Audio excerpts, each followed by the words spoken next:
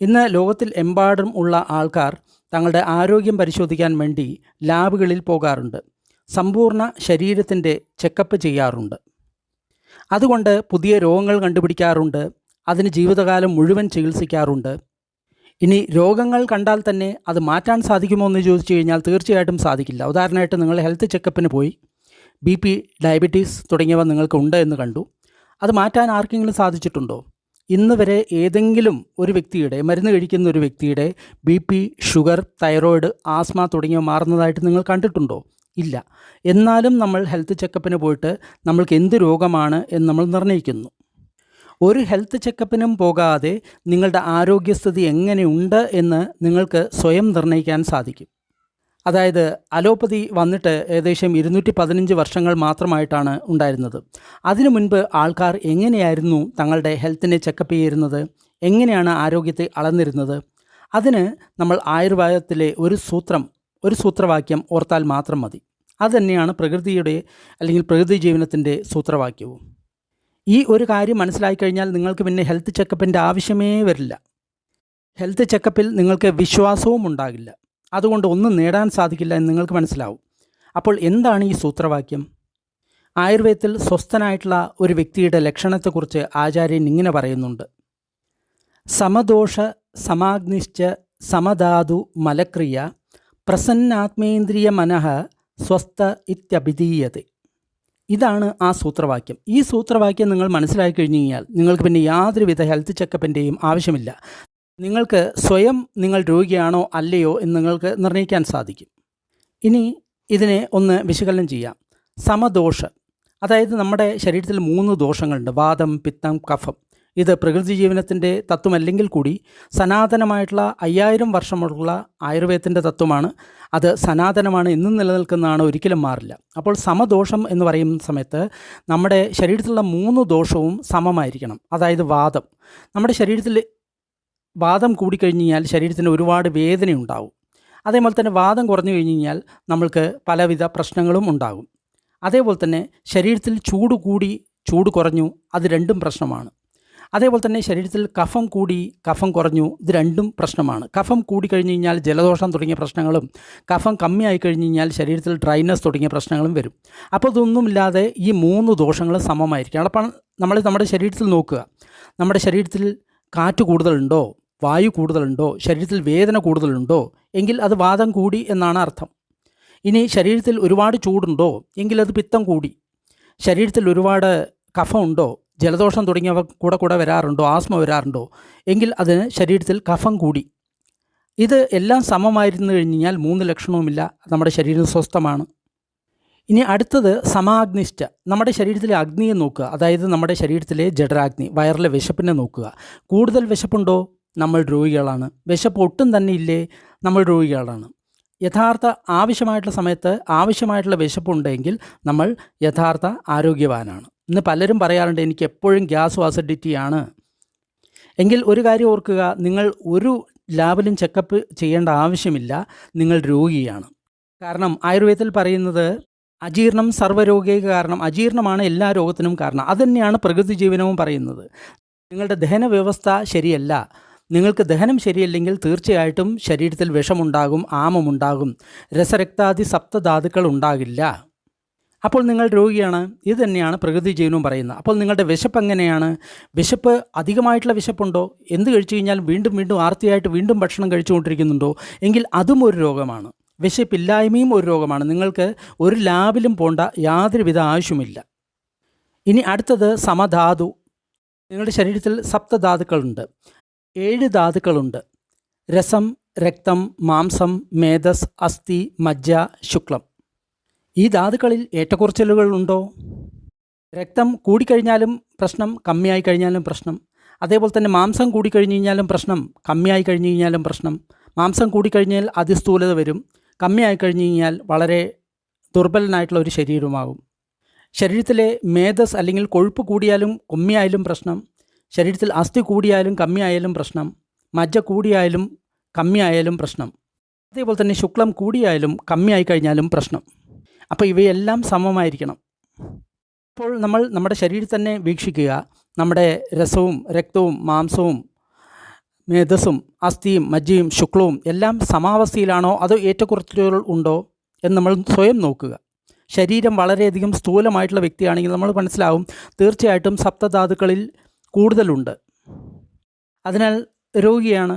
വളരെ കൃശനായിട്ടുള്ള വ്യക്തിയാണെങ്കിൽ തീർച്ചയായിട്ടും സപ്തധാതുക്കൾ കമ്മിയുണ്ട്. അതിനാൽ രോഗിയാണ് നമുക്ക് ഒറ്റ നോട്ടത്തിൽ തന്നെ നമുക്ക് തിരിച്ചറിയാൻ സാധിക്കും. അത് നമ്മൾക്ക് യാതൊരുവിധ ടെസ്റ്റും വേണ്ട. ഇനി അടുത്തതായിട്ട് നമ്മൾ നോക്കാനുള്ളത് നമ്മളുടെ മലക്രിയ സമമാണോ എന്ന് നോക്കണം.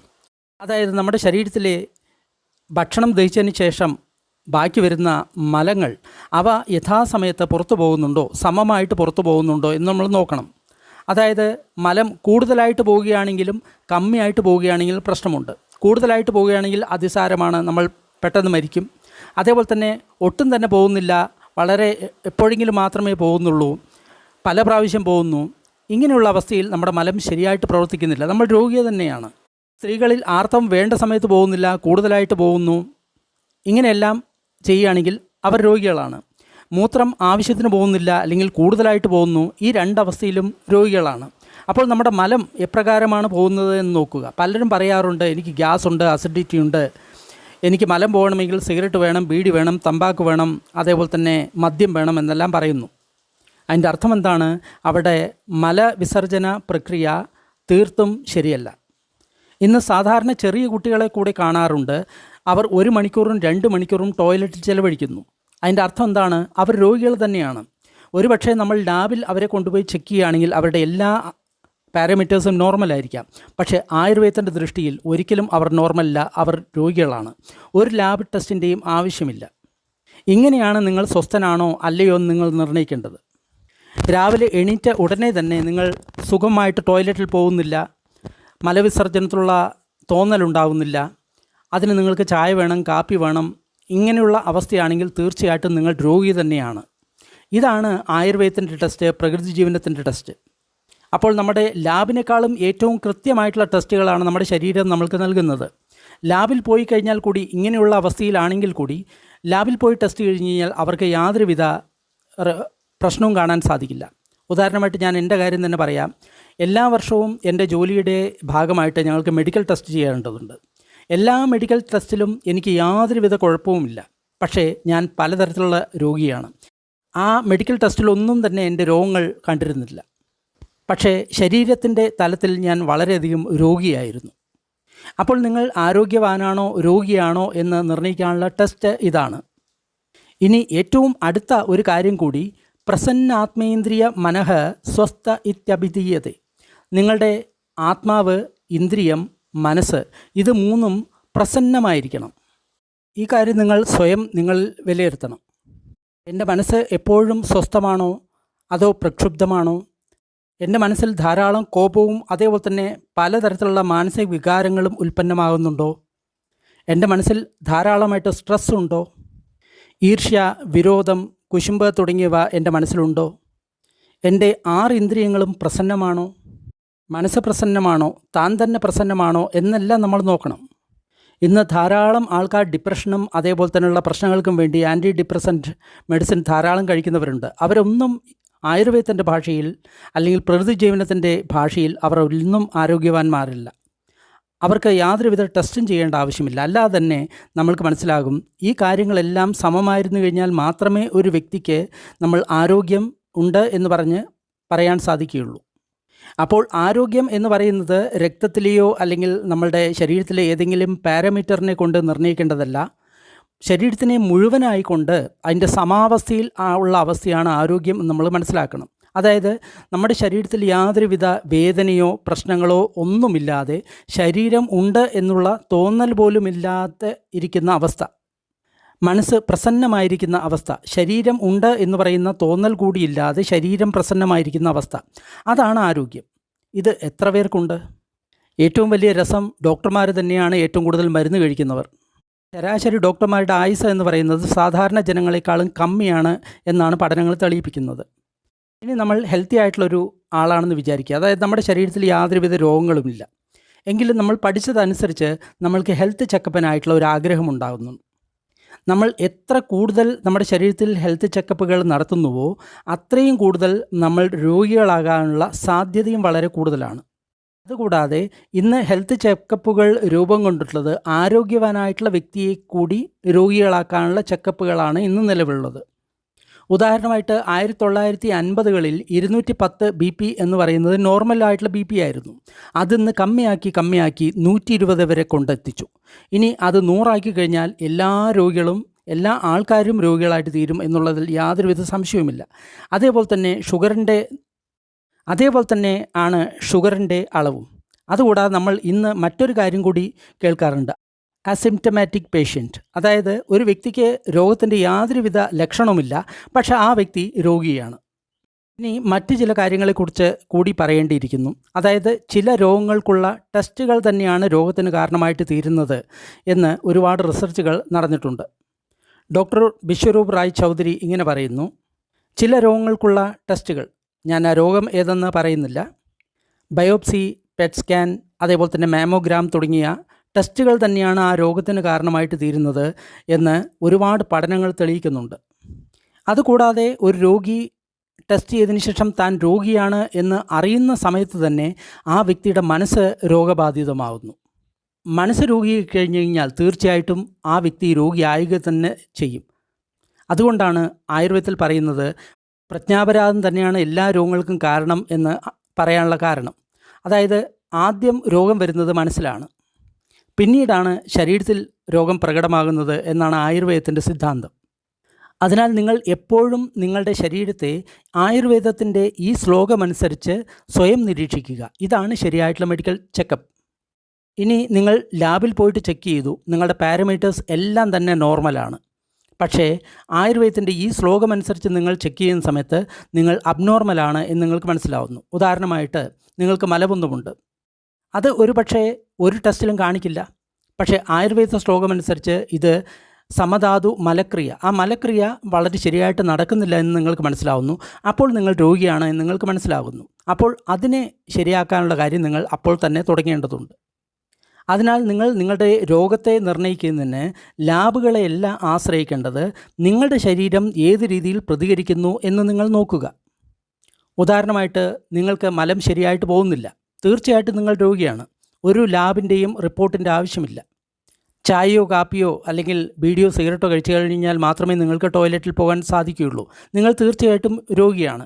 ഏത് ലാബിൽ പോയി ചെക്ക് ചെയ്ത് നിങ്ങൾ ഹെൽത്തിയാണെന്ന് പറഞ്ഞു കഴിഞ്ഞാലും ആയുർവേദ പ്രകൃതി ജീവന സിദ്ധാന്തം അനുസരിച്ച് നിങ്ങൾ രോഗിയാണ്. നിങ്ങൾക്ക് വിശപ്പില്ല, ഗ്യാസ് ഉണ്ട്, അസിഡിറ്റി ഉണ്ട്, തീർച്ചയായിട്ടും നിങ്ങൾ രോഗിയാണ്. നിങ്ങളുടെ ശരീരത്തിൽ വേദനകളുണ്ട്, നിങ്ങൾ തീർച്ചയായിട്ടും രോഗിയാണ്. ഇനി മറ്റൊരു കാര്യം കൂടി, 2 തരത്തിലുള്ള സിംറ്റം ഉണ്ട്. ഒന്ന് subjective symptom, 2 objective symptom. Subjective symptom എന്ന് പറയുന്നത് നമ്മുടെ രോഗം വരുന്നതിന് മുൻപ് ഒരു വ്യക്തി പലവിധ പ്രയാസങ്ങളും അനുഭവപ്പെടുന്നു. ഉദാഹരണമായിട്ട് ഷുഗർ വരുന്നതിന് മുൻപായിട്ട് ഒരു രോഗിക്ക് തളർച്ച അനുഭവപ്പെടും, ക്ഷീണം അനുഭവപ്പെടും. ഇതെല്ലാം സബ്ജക്റ്റീവ് സിംറ്റമാണ്. അതായത് രോഗം പ്രകടമായിട്ടില്ല, അതിനു മുൻപ് തന്നെ ശരീരം അതിൻ്റെ സൂചനകൾ രോഗിക്ക് നൽകാൻ തുടങ്ങും. പക്ഷേ ലാബിൽ പോയി ചെക്ക് ചെയ്ത് കഴിഞ്ഞാൽ ഈ സമയത്ത് ഡയബറ്റീസ് നമുക്ക് കാണിക്കുകയില്ല. ഇനി അടുത്തതായിട്ട് ഈ രോഗം മൂർച്ഛിച്ചതിന് ശേഷം ഒബ്ജക്റ്റീവ് സിംറ്റം വരും. അതായത് മറ്റുള്ളവർക്ക് കൂടി അത് പരിശോധിക്കാവുന്ന രീതിയിലുള്ള സിംറ്റം വരും. ആ സമയത്താണ് ലാബിൽ ചെക്ക് ചെയ്യുന്ന സമയത്ത് ഒരു വ്യക്തി ഡയബറ്റീസ് ഉള്ള വ്യക്തിയാണ് എന്ന് മനസ്സിലാകുന്നത്. അപ്പോൾ ഈ 2 കാര്യങ്ങൾ നമ്മൾ ഓർക്കണം, സബ്ജക്റ്റീവ് സിംറ്റം, ഒബ്ജക്റ്റീവ് സിംറ്റം. അതായത് ഒരു വ്യക്തിക്ക് സ്വയം ശരീരം ചില സൂചനകൾ നൽകും രോഗത്തിന് മുൻപായിട്ട്. ഉദാഹരണത്തിന് ഹൃദയ പ്രശ്നങ്ങൾക്ക് മുൻപായിട്ട് നമ്മുടെ ശരീരത്തിൽ ഹൃദയത്തിൻ്റെ ഭാഗത്ത് വേദന, അതേപോലെ തന്നെ ഭാരം തുടങ്ങിയ വളരെ ദിവസങ്ങൾക്ക് മുൻപ് തന്നെ നമ്മുടെ ശരീരം കാണിച്ചു തരും. ആ സമയത്ത് തന്നെ നമ്മൾ വേണ്ട പ്രകൃതി ജീവന രീതികൾ എടുത്തു കഴിഞ്ഞാൽ നമ്മൾക്കിതിനെ മറികടക്കാൻ സാധിക്കും. ഇതിൻ്റെ ചികിത്സകളെ പറ്റിയെല്ലാം അടുത്ത വീഡിയോകളിൽ ഞാൻ വിവരിക്കുന്നതാണ്. ഇപ്പോൾ നമ്മൾ ടെസ്റ്റുകളെ പറ്റിയിട്ടാണ് പറയുന്നത്. ഇനി മറ്റൊരു കാര്യം കൂടി, രോഗം നിർണ്ണയിക്കുന്ന ആരാണ്? രോഗിയാണോ അതോ ഡോക്ടറാണോ? തീർച്ചയായിട്ടും നമ്മൾ തന്നെയാണ് ആദ്യം രോഗം നിർണ്ണയിക്കുന്നത്. കാരണം നമ്മൾക്ക് രോഗലക്ഷണങ്ങൾ പ്രകടമാകുന്ന സമയത്താണ് നമ്മൾ ഡോക്ടറുടെ അടുത്ത് പോകുന്നത്. എന്നിട്ടാണ് ഡോക്ടർ അതിനെ ടെസ്റ്റ് ചെയ്യുന്നത്. ഉദാഹരണമായിട്ട് എനിക്ക് മൈഗ്രെയിൻ ഉണ്ടായിരുന്നു പണ്ട്. 20 വർഷക്കാലത്തോളം മൈഗ്രെയിൻ ഉണ്ടായിരുന്നു. കാരണം ആ സമയത്ത് എനിക്ക് പ്രകൃതി ജീവന രീതികളൊന്നും ജീവിക്കാൻ സാധിക്കുമായിരുന്നില്ല. ചികിത്സിക്കാൻ സ്വയം സാധ്യമല്ലാത്ത അവസ്ഥകളായിരുന്നു. ആ സമയത്ത് എനിക്ക് സ്കാൻ അടക്കം ചെയ്യേണ്ടി വന്നിരുന്നു. ആ സമയത്തൊന്നും തലയിൽ യാതൊരുവിധ പ്രശ്നവുമില്ല. എല്ലാ റിപ്പോർട്ടുകളും നോർമലാണ്. പക്ഷേ എനിക്ക് എല്ലാ സമയത്തും മൈഗ്രെയിൻ ആയിരുന്നു. അത് ഒരു ഡോക്ടറും കണ്ടുപിടിക്കാൻ സാധിച്ചിട്ടില്ലായിരുന്നു. പക്ഷേ എനിക്കത് സ്വയം അറിയാൻ സാധിച്ചിരുന്നു. അപ്പോൾ ഇതിനെയാണ് സബ്ജക്റ്റീവ് സിംപ്റ്റം എന്ന് പറയുക. ശരീരം നമ്മളോട് സംസാരിക്കുന്ന ഭാഷ നമ്മൾക്ക് മനസ്സിലാക്കി കഴിഞ്ഞു കഴിഞ്ഞാൽ തീർച്ചയായിട്ടും നമ്മൾക്ക് രോഗങ്ങളെ കണ്ടെത്താൻ വളരെ എളുപ്പമാണ്. അതാണ് പ്രകൃതിയിലെ മറ്റുള്ള ജീവികൾ ചെയ്യുന്നത്. ഉദാഹരണത്തിന് നായ്ക്ക് വിശപ്പില്ലെങ്കിൽ അത് ഒരിക്കലും ഭക്ഷണം കഴിക്കില്ല. പക്ഷേ നമ്മളങ്ങനെയല്ല. ശരീരം നമ്മളോട് പറയുന്നു വിശപ്പില്ല എന്ന്, പക്ഷേ നമ്മൾ വീണ്ടും ഭക്ഷണം കഴിക്കുന്നു. ശരീരം നമ്മളോട് പറയുന്നു മലവിസർജനത്തിനുള്ള ശേഷി നമ്മൾക്ക് നഷ്ടപ്പെട്ടിരിക്കുകയാണ് എന്ന്, പക്ഷേ നമ്മൾ ത്രിഫല കഴിച്ചിട്ടോ അല്ലെങ്കിൽ കായം ചൂർണം കഴിച്ചിട്ടോ അതിന് ശരിയാക്കാൻ നമുക്ക് ശ്രമിക്കുന്നു. അപ്പോൾ ശരീരത്തിൻ്റെ ഭാഷ, നമ്മളോട് പറയുന്ന ഭാഷ നമ്മൾക്ക് മനസ്സിലാക്കിയാൽ തന്നെ നമ്മൾക്ക് രോഗങ്ങളെ ടെസ്റ്റ് ഇല്ലാതെ തന്നെ നമ്മൾക്ക് ആദ്യം തന്നെ കണ്ടുപിടിക്കാനും അതിനനുസരിച്ച് അതിനെ നിയന്ത്രിക്കാനും സാധിക്കും. ഇതിനെ ആയുർവേദത്തിൽ പൂർവ്വരൂപം എന്നാണ് പറയുന്നത്. പൂർവ്വരോഗം അല്ലെങ്കിൽ പൂർവ്വരൂപം. അതായത് പ്രമേഹം വരുന്ന അവസ്ഥയ്ക്ക് മുൻപായിട്ട് തന്നെ ശരീരത്തിൽ പ്രമേഹത്തിൻ്റെ ലക്ഷണങ്ങൾ ശരീരം നമ്മൾക്ക് അതിനെ കാണിച്ചു തരുന്നു. അതിനെയാണ് പൂർവ്വരൂപം എന്ന് ആയുർവേദത്തിൽ പറയുന്നത്. അതായത് തുടകൾക്ക് തളർച്ച, അതേപോലെ തന്നെ ക്ഷീണം, വായ്ക്ക് വരൾച്ച, ഇവയെല്ലാം പ്രമേഹത്തിൻ്റെ മുന്നോടിയാണ്. അതിനെയാണ് ആയുർവേദത്തിൽ പൂർവ്വരൂപം എന്ന് പറയുന്നത്. അതിന് വേണമെങ്കിൽ നമ്മൾക്ക് സബ്ജക്റ്റീവ് സിംപ്റ്റം എന്ന് വിളിക്കാം, നമ്മുടെ സ്വന്തം അനുഭവം. അപ്പോൾ നമ്മൾക്ക് നമ്മുടെ ശരീരത്തിൽ ഏതെങ്കിലും അംഗത്തിൽ ഏതെങ്കിലും അസ്വാഭാവികത തോന്നുന്നു എങ്കിൽ തീർച്ചയായിട്ടും അത് ശരീരം നമ്മളോട് തരുന്ന സൂചനയാണ്. അത് ശരീരത്തിൻ്റെ സൂചനയാണ്. ആ സൂചനയെ കേട്ടുകൊണ്ട് നമ്മൾ അതിനനുസരിച്ച് പ്രവർത്തിക്കുകയാണെങ്കിൽ തീർച്ചയായിട്ടും നമ്മൾക്ക് രോഗം വരുന്നതിന് മുൻപ് തന്നെ നമ്മളെ അതിൽ നിന്ന് രക്ഷിക്കാൻ സാധിക്കും. അതിനാൽ രോഗം വന്നിട്ട് ചികിത്സിക്കുന്നതിനേക്കാൾ രോഗം വരുന്നതിന് മുൻപ് അതിനെ തടയുന്നതാണ് ഏറ്റവും ബുദ്ധിമാനായിട്ടുള്ള ഒരു വ്യക്തിയുടെ പ്രവൃത്തി എന്ന് നമ്മൾ മനസ്സിലാക്കണം. ഉദാഹരണമായിട്ട് നമ്മൾക്ക് വയറിന് ഗ്യാസ്, അസിഡിറ്റി തുടങ്ങിയവ ഉണ്ട് എന്ന് വിചാരിക്കുക. അപ്പോൾ പ്രകൃതി ജീവനപ്രകാരം എന്ത് ചെയ്യണം? നമ്മൾ ഉപവസിക്കണം, ഭക്ഷണമൊന്നും കൊടുക്കാതെ നമ്മൾ വിശ്രമിക്കണം. അപ്പോൾ ഓട്ടോമാറ്റിക്കായിട്ട് ഈ രോഗം വരുന്നതിന് മുൻപായിട്ട് തന്നെ അതില്ലാതാവും. അതേപോലെ തന്നെ ശരീരത്തിൽ എന്തെങ്കിലും സമ്മർദ്ദമോ നമ്മുടെ ശരീരത്തിൽ എന്തെങ്കിലും രോഗത്തിൻ്റെ ലക്ഷണങ്ങളോ നമ്മൾക്ക് ഒരു സുഖമില്ലായ്മയോ നമ്മൾ കാണുകയാണെങ്കിൽ ഉടനെ തന്നെ നമ്മൾ ഭക്ഷണം ഉപേക്ഷിച്ച് ഉപവസിക്കുകയാണെങ്കിൽ തീർച്ചയായിട്ടും അത് വളരെ ഗുണപ്രദമായിരിക്കും. അല്ലെങ്കിൽ പ്രകൃതി ജീവന സിദ്ധാന്തം അനുസരിച്ച് നമ്മൾ ജീവിക്കുകയാണെങ്കിൽ ആ രോഗം വരുന്നതിന് മുമ്പ് തന്നെ നമുക്ക് തടയാൻ സാധിക്കും. ഇനി മറ്റൊരു കാര്യം കൂടി, ഡോക്ടർ വിശ്വരൂപ് റായ് ചൗധരി പറയുന്നതിന് പ്രകാരം ഏകദേശം 40 വയസ്സ് കഴിഞ്ഞ് കഴിഞ്ഞാൽ മിക്കവരുടെയും തൈറോയ്ഡ് ചെക്ക് ചെയ്യുന്ന സമയത്ത് ആ തൈറോയ്ഡിൽ 100% പേർക്കും ക്യാൻസർ കാണാനുള്ള സാധ്യതയുണ്ട്. 40 വയസ്സ് കഴിഞ്ഞ പുരുഷന്മാരുടെ പ്രോസ്റ്റേറ്റ് പരിശോധിക്കുകയാണെങ്കിൽ 70% പേർക്കും ക്യാൻസർ കാണാനുള്ള സാധ്യതയുണ്ടെന്ന് അദ്ദേഹം പറയുന്നു. അപ്പോൾ ക്യാൻസറിനെക്കുറിച്ച് കൂടുതൽ നിങ്ങൾക്ക് അറിയണമെങ്കിൽ ഡോക്ടർ വിശ്വരൂപ് റായ് ചൗധരിയുടെ യൂട്യൂബ് ചാനലിൽ പോയി കഴിഞ്ഞ് കഴിഞ്ഞാൽ കൂടുതൽ കാര്യങ്ങൾ നിങ്ങൾക്ക് മനസ്സിലാക്കാവുന്നതാണ്. ഹോസ്പിറ്റൽ ട്രാപ്പിനെ കുറിച്ച് നിങ്ങൾക്ക് കൂടുതൽ മനസ്സിലാക്കാവുന്നതാണ്. ടെസ്റ്റ് മൂലം എങ്ങനെയാണ് പുതിയ രോഗങ്ങൾ ഉണ്ടാകുന്നത് എന്ന് നിങ്ങൾക്ക് മനസ്സിലാക്കാവുന്നതാണ്. വന്ന രോഗങ്ങളെ എങ്ങനെ മരുന്നില്ലാതെ ചികിത്സിക്കാം എന്ന് നിങ്ങൾക്ക് മനസ്സിലാക്കാവുന്നതാണ്. ആ പ്രഭാഷണങ്ങളെല്ലാം തന്നെ ഹിന്ദിയിലാണെങ്കിൽ കൂടി അദ്ദേഹത്തിൻ്റെ ഒരു വെബ്സൈറ്റ് ഉണ്ട്. അവിടെ അതിൻ്റെ ഇംഗ്ലീഷിലുള്ള പുസ്തകങ്ങൾ നിങ്ങൾക്ക് ഫ്രീ ആയിട്ട് ലഭിക്കും. കൊറോണ കാൽ TV എന്നാണ് ആ വെബ്സൈറ്റിൻ്റെ പേര്. അപ്പോൾ അതിൽ പോയിട്ട് ഈ കാര്യങ്ങളെല്ലാം നിങ്ങൾ പഠിച്ചു വയ്ക്കുന്നത് വളരെ നല്ലതാണ്. ഈ കാര്യങ്ങളെല്ലാം എന്തിനാണ് നമ്മൾ പഠിച്ചു വയ്ക്കുന്നത്? വളരെ അത്യാവശ്യമാണ്. കാരണം വീടിന് തീ പിടിച്ചതിന് ശേഷം തീ അണയ്ക്കാനുള്ള സംവിധാനത്തെ നോക്കുന്നതിന് പകരം തീ പിടിക്കാതെ രക്ഷപ്പെടുക, അതാണ് നമ്മൾ ചെയ്യേണ്ടത്. അല്ലെങ്കിൽ എമർജൻസി ഉണ്ടാകുന്നതിന് മുമ്പ് കാര്യങ്ങൾ നിങ്ങൾ പഠിച്ചു വയ്ക്കുകയാണെങ്കിൽ തീർച്ചയായിട്ടും ഒരു എമർജൻസി ഉണ്ടാകുന്ന സമയത്ത് എന്ത് ചെയ്യണം എന്ന് നിങ്ങൾക്ക് സ്വയം മനസ്സിലാക്കാവുന്നതാണ്. അതിനാൽ പ്രകൃതി ജീവന സിദ്ധാന്തങ്ങൾ നിങ്ങൾ മുൻപ് തന്നെ പഠിച്ചു വയ്ക്കുകയാണെങ്കിൽ ടെസ്റ്റിൽ നിങ്ങൾക്ക് ഏതെങ്കിലും രോഗങ്ങൾ തെളിയുകയാണെങ്കിൽ അത് വളരെ നിസ്സാരമായിട്ട് നിങ്ങൾക്ക് തന്നെ സ്വയം ചികിത്സിച്ച് മാറ്റാൻ സാധിക്കും. അതാണ് പ്രകൃതി ജീവനത്തിൻ്റെ മേന്മ. അപ്പോൾ യഥാർത്ഥ ലാബ് ടെസ്റ്റ് എന്ന് പറയുന്നത് പ്രകൃതി ജീവനത്തിൽ ശരീരത്തിൽ ഒട്ടും തന്നെ രോഗമില്ലാത്ത അവസ്ഥ, ശരീരം സ്വസ്ഥമായിരിക്കുന്ന അവസ്ഥ, അതാണ് യഥാർത്ഥ ലാബ് ടെസ്റ്റ് എന്ന് പറയുന്നത്. ഇതിൻ്റെ കൂടുതൽ വീഡിയോകൾ ഡിസ്ക്രിപ്ഷൻ ബോക്സിലുണ്ട്. അതിനാൽ എല്ലാവരും ആ വീഡിയോകൾ കൂടി കാണുക. എന്നിട്ട് മാക്സിമം ആൾക്കാരിലേക്ക് ഷെയർ ചെയ്യുക. നിങ്ങൾ ഓരോരുത്തരും ഹെൽത്ത് പ്രൊമോട്ടർമാരായിക്കൊണ്ട് മറ്റുള്ളവർക്ക് പ്രകൃതി ജീവനത്തിൻ്റെ തത്വങ്ങൾ പറഞ്ഞു കൊടുക്കുക. എല്ലാവർക്കും നന്ദി, നമസ്കാരം.